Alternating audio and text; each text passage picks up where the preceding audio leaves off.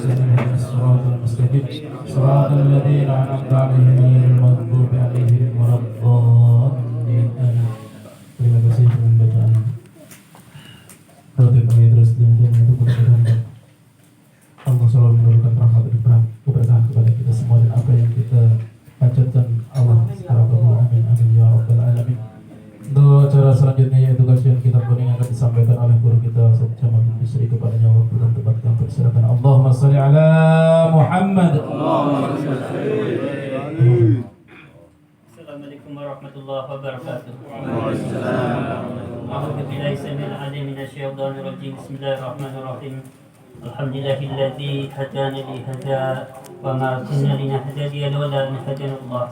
Wassalatu wassalamu ala sayyidina Muhammadin nuril hidayah wa ala alihi wa sahbihi nujumir rasyad. Qala rabbi shrah li sadri wa yassir li amri wahlul 'uqdatam min lisani yafqahu qawli. Raditu billahi rabba wa bil islami dina wa bi Muhammadin nabiyya wa rasula wa bil qur'ani imama wa hukma. Rabbi sidna ilma warzuqna fahma amma ba'du faqul. Hadratal muhtaramin wal muharamin, para alim, para sepuh semua yang saya hormati dan saya muliakan, wabil khusus kepada pimpinan Majelis Taklim Syamsi Sumus, ya Bapak Nabrur yang saya hormati dan saya cintai serta saya muliakan. Tak lupa kepada orang tua kami, senior kami, Bapak Ertesani, Bapak Jaya, Bapak Toto, Bapak Rustam, Bapak Abdul Rahman, Bapak Mito, semua ini orang tua kami yang saya cintai dan saya muliakan serta saya hormati. Rekan-rekan semuanya seijazah nasib seperjuangan yang saya hormati, saya cintai serta saya muliakan rahimakumullah.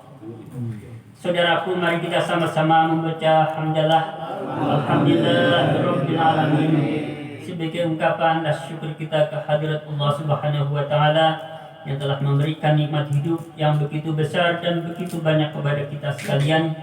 Di antara nikmat hidup yang masih dapat kita rasakan bersama-sama sampai detik malam hari ini, alhamdulillah kita bisa hadir kembali di dalam forum yang mulia ini, yakni majlis zikir, majlis ta'lim, majlis sholawat. Semoga kita semua yang hadir di dalam majlis ini mendapatkan keberkahan dari Allah Subhanahu wa taala, berkah ilmu kita, berkah rezeki kita, berkah rumah tangga kita, serta berkah usaha kita. Salawat serta salam semoga tersanjungkan pada baginda Nabi Agung Muhammad sallallahu alaihi wasallam. Saudaraku rahimakumullah, tanpa panjang kalam, mari kita sama-sama mulai pengajian kita dalam pembahasan ilmu fikih. Sekarang kita memasuki pasal yang baru, pasal yang menjelaskan tentang beberapa rukun sholat. Saya bacakan langsung. Bismillahirrahmanirrahim. Hada faslun fi arkanis sholati wa taqaddama ma'na sholati lughatan wa syar'an. Wa arkanis sholati 18 ruknan. أحدها النية وهي قصد الشيء مقترنا بفعله ومحلها القلب فإن كانت الصلاة فرضا وجب نية الفردية وقصد فعلها وتعيينها من صبح أو ظهر مثلا. Di dalam pasal ini penyusun kitab akan menjelaskan tentang beberapa rukun dalam sholat, mengenai maknanya sholat, baik secara lughat, secara arti bahasa, ataupun secara syar'i sudah dijelaskan di depan. Jadi di awal-awal pembahasan kita dalam pembahasan sholat sudah kita sampaikan, sudah saya bacakan. Apa itu sholat? Sholat menurut arti bahasa adalah maknanya berdoa. Sedangkan sholat menurut syar'i ialah ia aqwalun wa af'alun makhsusatun muftatahatun bitakbir wa mukhtatamatun bitaslim.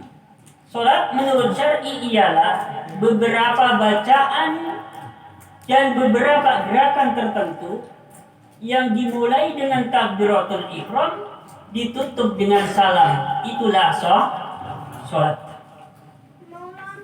Wa arkanus sholati 18 ruknan. Rukunnya sholat ada 18 rukun. Rukunnya sholat menurut jalan kitab Fathul Qorib jumlahnya ada 18. Kalau dalam kitab Fathul Mu'in jumlahnya ada 17. Di dalam kitab Bajuri ini ada beberapa khilafiyah. Sebagian ulama berpendapat bahwa jumlahnya rukun sholat ada 14. Sebagian lagi berpendapat rukun sholat ada 15. Ada yang berpendapat rukun sholat ada 17. Ada yang berpendapat rukun sholat ada 19. Dan ada yang berpendapat rukun sholat ada 20. Tetapi di sini yang saya sampaikan karena yang saya baca adalah kitab Fathul Qorib, kitab yang saya jadikan panduan di dalam pembahasan ilmu fikih ini, maka saya akan mengikuti yang jumlahnya 18. Di antara 18 tersebut, ya akan insya Allah akan kita baca satu persatu secara detail. Saya lanjutkan. Ahaduha aniyatu. Rukunnya sholat yang pertama adalah niat. Niat. Apa itu niat? Niat menurut arti bahasa adalah mutlaqul qasdi. Merencanakan apa saja. Tujuan apa saja disebutnya niat. Kita punya rencana nih. Nanti pulang dari pengajian kita mau ke kafe umpamanya. Ini namanya rencana. Rencana menurut arti bahasa. Lalu apa yang dimaksudkan dengan niat dalam syar'i dalam pembahasan sholat ini? Wa hiya qasdu syai'i muqtaranan bi fi'lihi. Niat ialah menyengaja sesuatu, merencanakan sesuatu berbarengan dengan sebuah pekerjaan yang memang sudah direncanakan. Jadi antara niat, antara rencana dengan perbuatan itu dikerjakan secara bersamaan. Itulah niat. Jadi nggak bisa niat sholat kok. Nantilah 1 jam setelah ini saya niat sholat. Namanya ini bukan niat. Disebutnya rencana. 1 jam kemudian aku mau sholat. Bukan niat, tapi rencana. Jadi niat itu harus bersamaan dengan apa yang diniatkan atau bersamaan dengan perbuatan. Kita niat sholat berarti bersamaan dengan itu juga kita sholat. Satu persatu saya jelaskan mengenai niat. Saya teruskan. Wa mahaluha al-qalbu. Tempatnya niat itu di dalam hati. Penyusun kitab Bajuri, yakni Syekh Al-Imam Al-Bajuri, ya, yang mensyarahi kitab Fathul Qorib ini, beliau menjelaskan atau mensyarahi kalimat wa mahaluha al-qalbu yang artinya tadi tempatnya niat itu ada di dalam hati. Maka oleh beliau menjelaskan ay fala yajibu an nutqu biha bil lisani lakin yusa'idul lisanu al-qalba.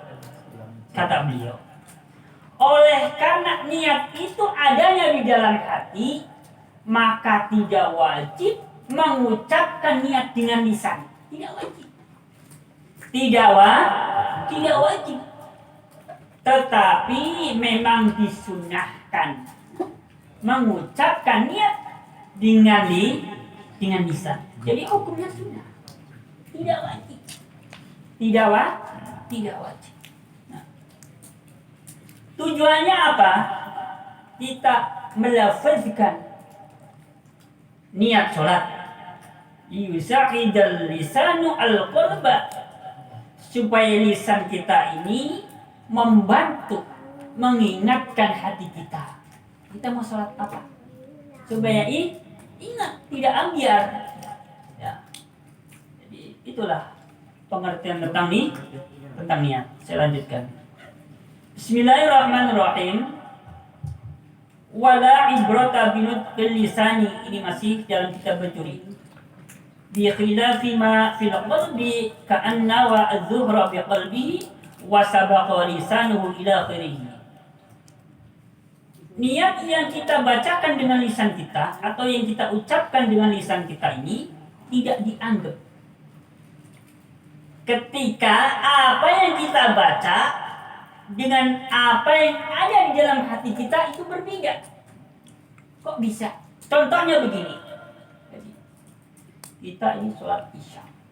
Sholat isya. Sebelum takbiratul ihram biasanya kita ini melafazkan contohnya wasalli fardal isya'i arba'a raka'atin mustaqbilal qiblat ada'an ma'muman lillahi ta'ala Allahu Akbar. Saya salat niat yang saya lafazkan juga niatnya salat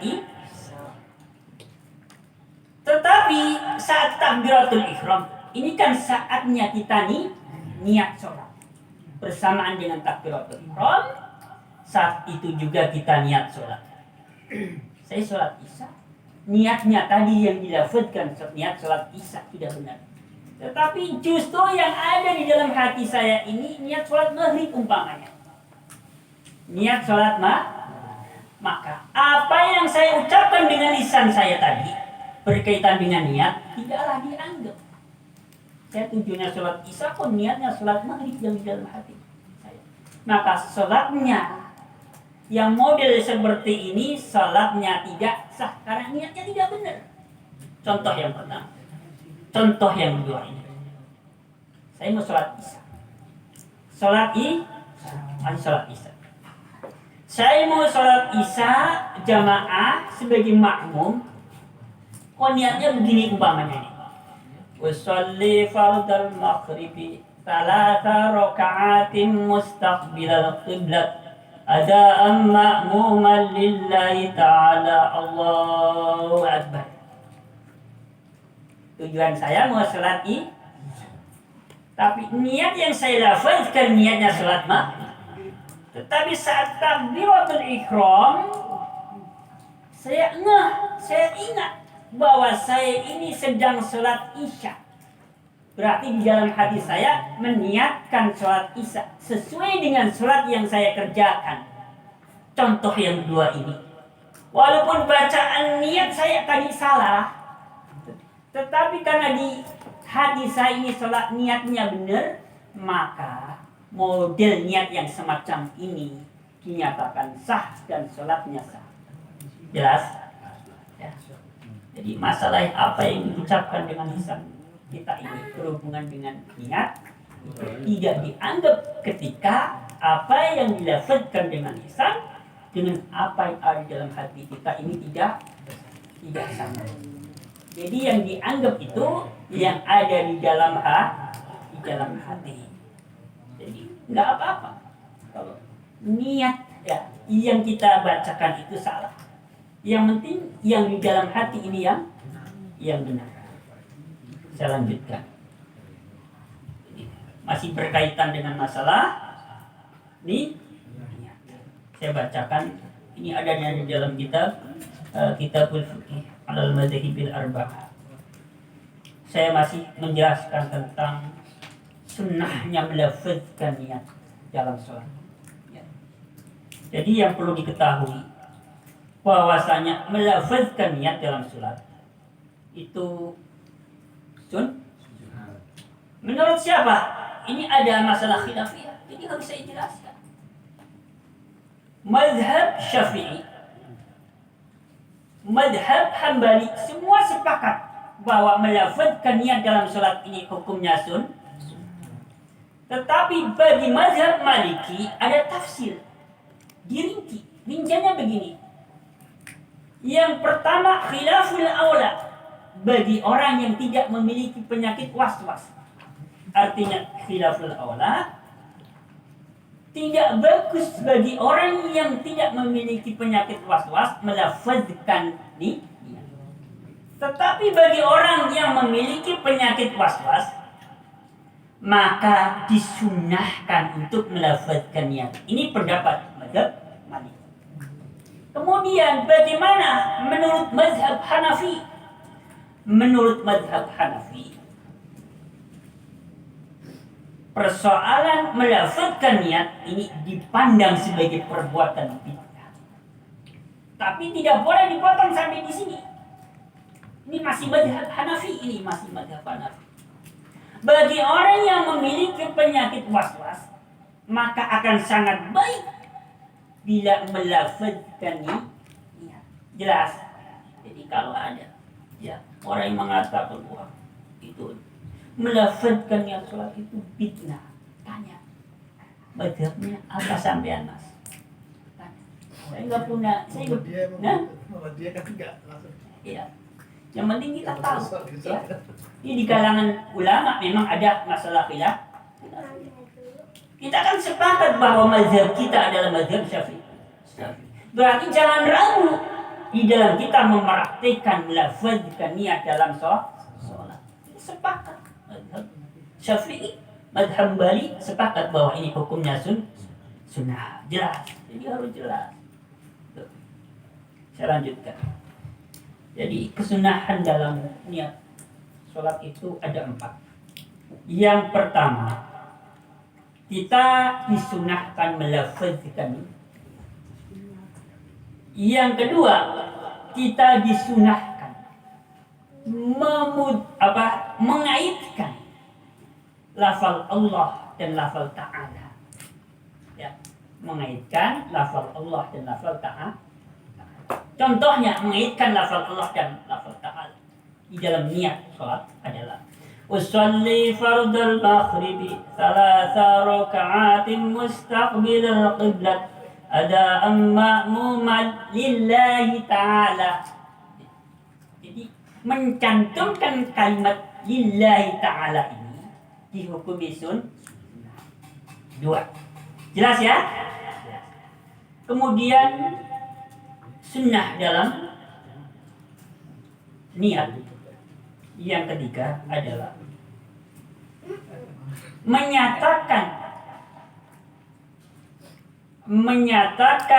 menghadap kiblat dan menyatakan bilangannya sholat.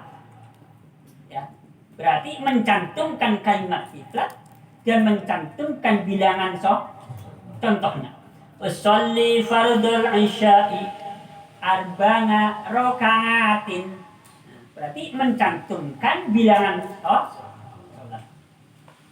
Kita ulangi. Usolli fardul isya'i 4 raka'atin mustaqbilal qiblat. Mencantumkan kalimat mustaqbilal qiblat juga dihukumi sunnah. Mencantumkan kalimat 4 raka'atin juga dihukumi sunnah. Satu lagi, kesunahan dalam niat sholat.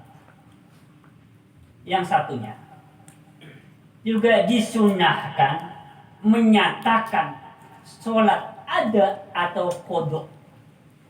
Ya. Itu yang di dalam kalimatnya itu mencantumkan kalimat antara ada atau qada. Contohnya begini. Ini sholat ada ya, sholat ada. Isya ada lah. Usolli fardul isya'i 4 raka'atin mustaqbilal qiblat ada'an ma'muman lillahi ta'ala. Jadi disunahkan ketika niat mencantumkan kalimat apa? Ada. Ya, kalau makmum ya ada'an ma'muman lillahi ta'ala. Kalau sendirian ada lillahi ta'ala. Jelas ya? Jadi kesunahan dalam niat sholat yang pertama disunahkan melafazkan. Kapan? Sebelum takbiratul ihram. Sunnah yang kedua, disunahkan mengaitkan atau mencantumkan atau membawa kalimat Allah Ta'ala. Contohnya, usolli fardal maghribi thalatha raka'atin mustaqbilal qiblat ada'an lillahi ta'ala. Sunnah. Sunnah. Lillahi ta'ala. Yang ketiga, tadi disunahkan apa? Disunahkan menyatakan bahwa ini sholat ada atau sholat qada. Jadi harus mencantumkan, bukan harus disunahkan.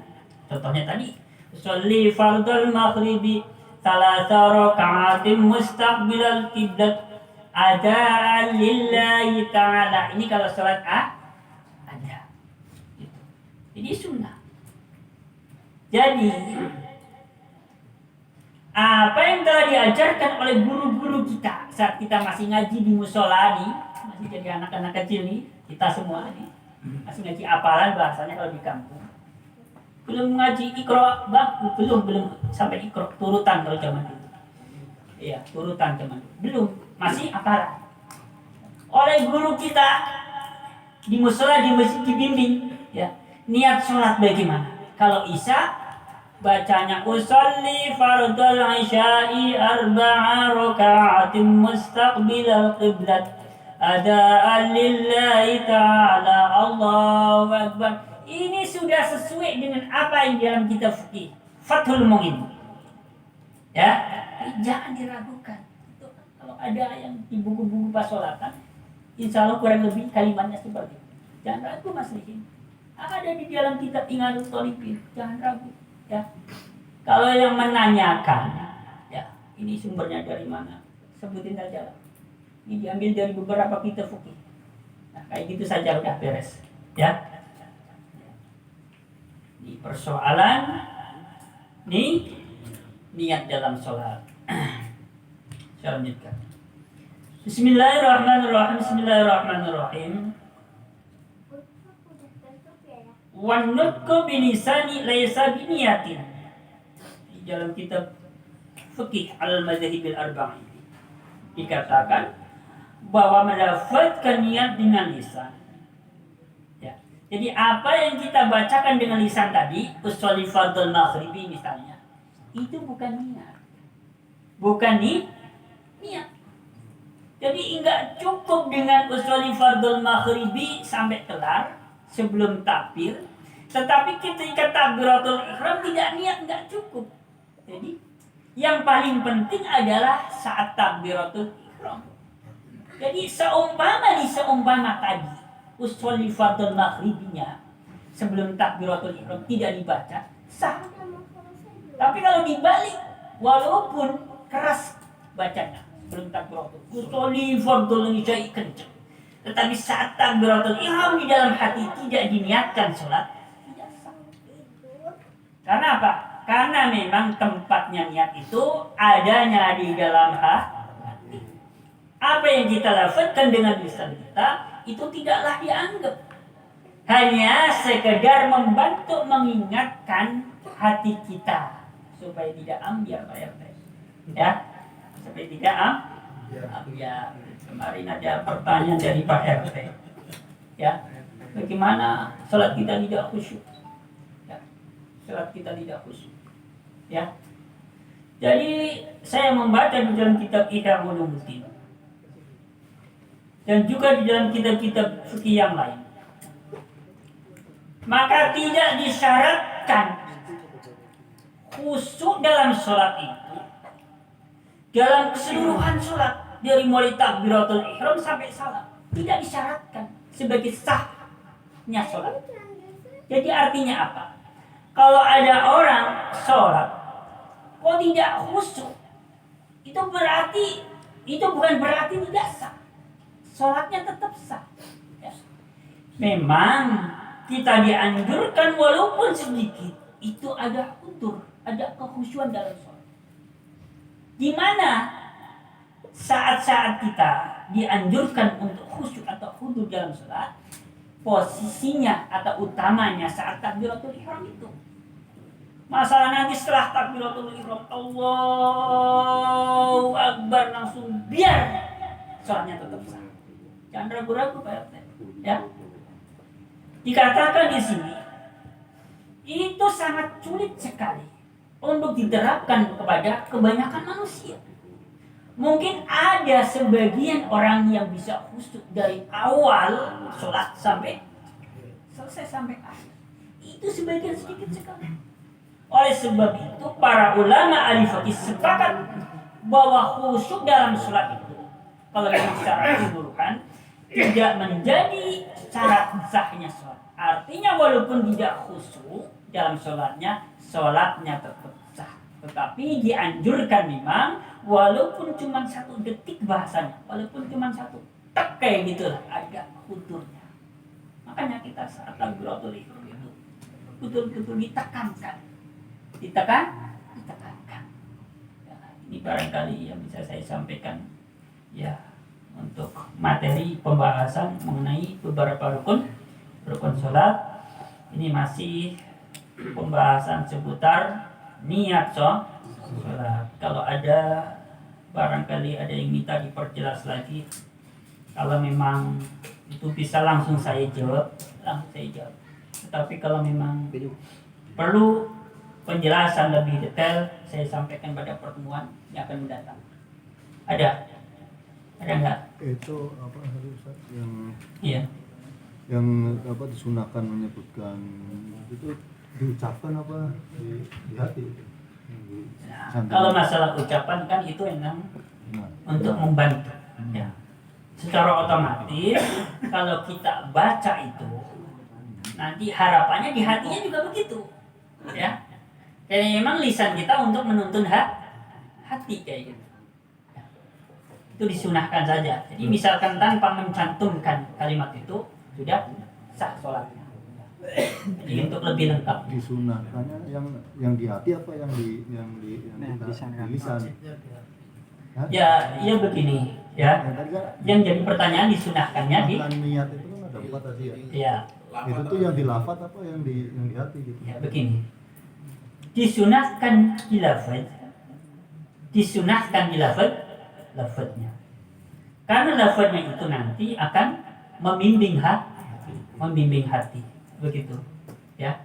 Jadi memang pas pengucapan niat itu memang disunahkan membaca seperti yang sudah masyhur kita hafalkan.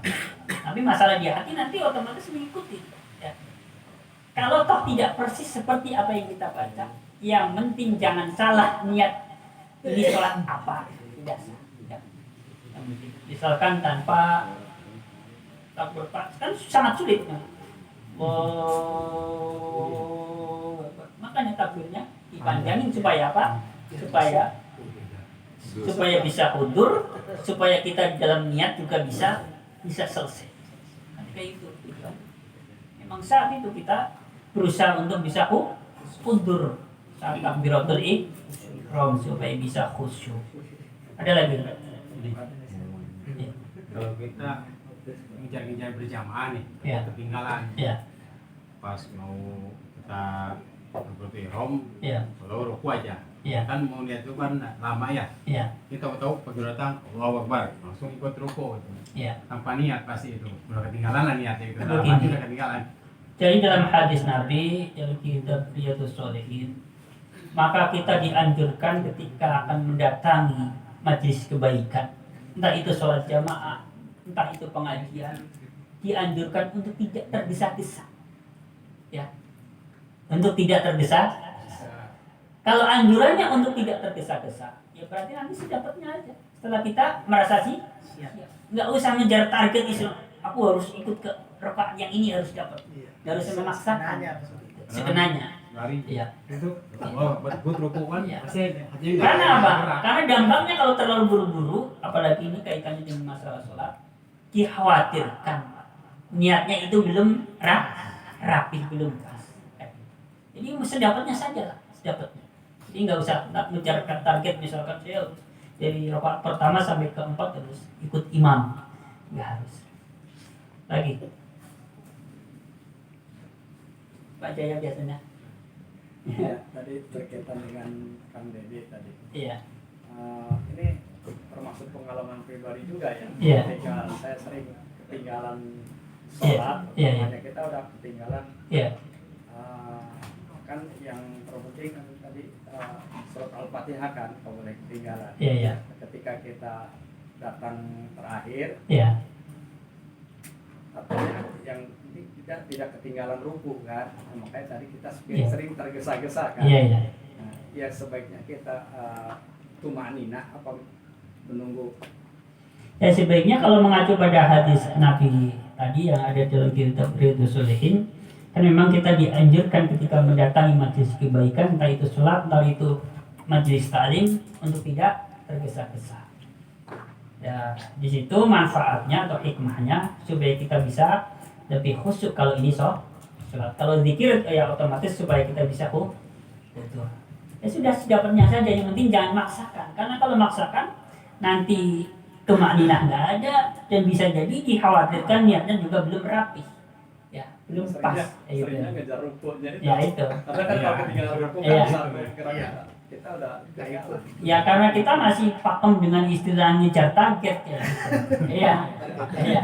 Artinya ngikut gerak. Nah, makanya kita harus tahu tentang tadi ya istilahnya hadis Nabi yang menjelaskan tentang tidak dianjurkan untuk tergesa-gesa ketika mendatangi majelis kebaikan. Aslinya sesampainya aja, sedapatnya. Jadi dapatnya satu rakaat aja, satu rakaat. Kayak gitu saja. Kadang mereka begitu justru. Iya. Jadi cuma dapat usolenya aja, tapi Iya. hatinya agak gerak gitu. Diem Pas aja di mah. dia tuh malah hilang. Ya yang saya perhatikan biasanya kalau jadi makmum masuk ya, kalau sekiranya udah ngejar ikut ruku ya sudah, biarkan saja. Gitu. Nanti nunggu lagi sambil sembari namanya tadi jalan kan, habis jalan mungkin ada di sini agak deg-deg dan sebagainya kan, sambil menata hati istilah, rapihin baju dan sebagainya kan kayak gitu kan. Jadi ada waktu untuk merapihkan ya, baik secara lahir ataupun secara batin. Tapi kalau tadi langsung aja ngikut bisa jadi dari sisi lahir belum rapi, misalkan tadi ya, habis wudhu masih kayak gini langsung takbir aja misalkan itu dari masalah tampilan lagi. Penting betul. Iya. Ada celananya masih Nah lampu di itu atas. kan udah ketahuan. Ada kan? Masih di atas. Kan udah ke bawah. Belum lagi masalah hati, bisa jadi juga belum tertata. Iya. Kayak gitu. Jadi alangkah baiknya ya nunggu saja lah, sedapatnya saja sudah nanti. Ya kan dapatnya sampai gugur gitu kan. Ya dikhawatirkan kalau niatnya belum mengena ya. Malah nggak dapet apa. Ya iya. Yang jadi persoalan tadi kalau niatnya belum sampai rapi, belum benar, namanya buru-buru lah, diduga sebagainya kan, kayak gitu. Ada lagi? Iya. Kan niat, kalau niat di hati kan pakai Iya. bahasa Arab apa Iya. bahasa apa aja? Oh iya iya. Pertanyaan yang bagus ya. Biasanya Jawa. Aku iya Jawa. Iya. Kalau nggak bahasa Indonesia. Ya. Insya Allah nggak langsung saya jawab sekarang ya. Maksudnya biar ini buat saya ini ragu, jujur aja. Apa kudu orang bahasa Arab ya? Ya niat di hatinya itu. Ya buat PR saja ya, buat PR dengan maksud supaya saya di dalam menjawab itu sesuai dengan sumber ya yang saya baca, tidak sesuai dengan akal pikiran saya. Ini jujur aja saya ragu lagi. Saya harus gentle ya, nggak mentang-mentang mau di upload ke YouTube saya harus sok pinter kayak gitu ya, nggak boleh, nggak boleh. Ya, justru itu ya. Saya harus gentle. Kalau memang saya masih ragu, saya harus katakan ragu. Dan ini buat contoh buat para ustadz. Ini harusnya begitu memang. Jangan dipaksakan ketika ada sebuah pertanyaan yang masih ragu. Jangan. Disebutkan di dalam kitab Qoming Tuhayan karya Syekh Nawawi Al-Bantani bahwa salah satu tanda-tanda ulama dunia adalah terlalu tergesa-gesa ketika menjawab satu pertanyaan. Kayak gitu. Memaksakan. Ya, ini barangkali yang bisa saya sampaikan pada pertemuan kali ini. Semoga ada manfaatnya buat kita sekalian. Akhirul qawli billahi taufiq wal hidayah wa itu ya. Assalamualaikum warahmatullahi wabarakatuh. Langsung di itu. Langsung. Biar nggak kepanjang durasi.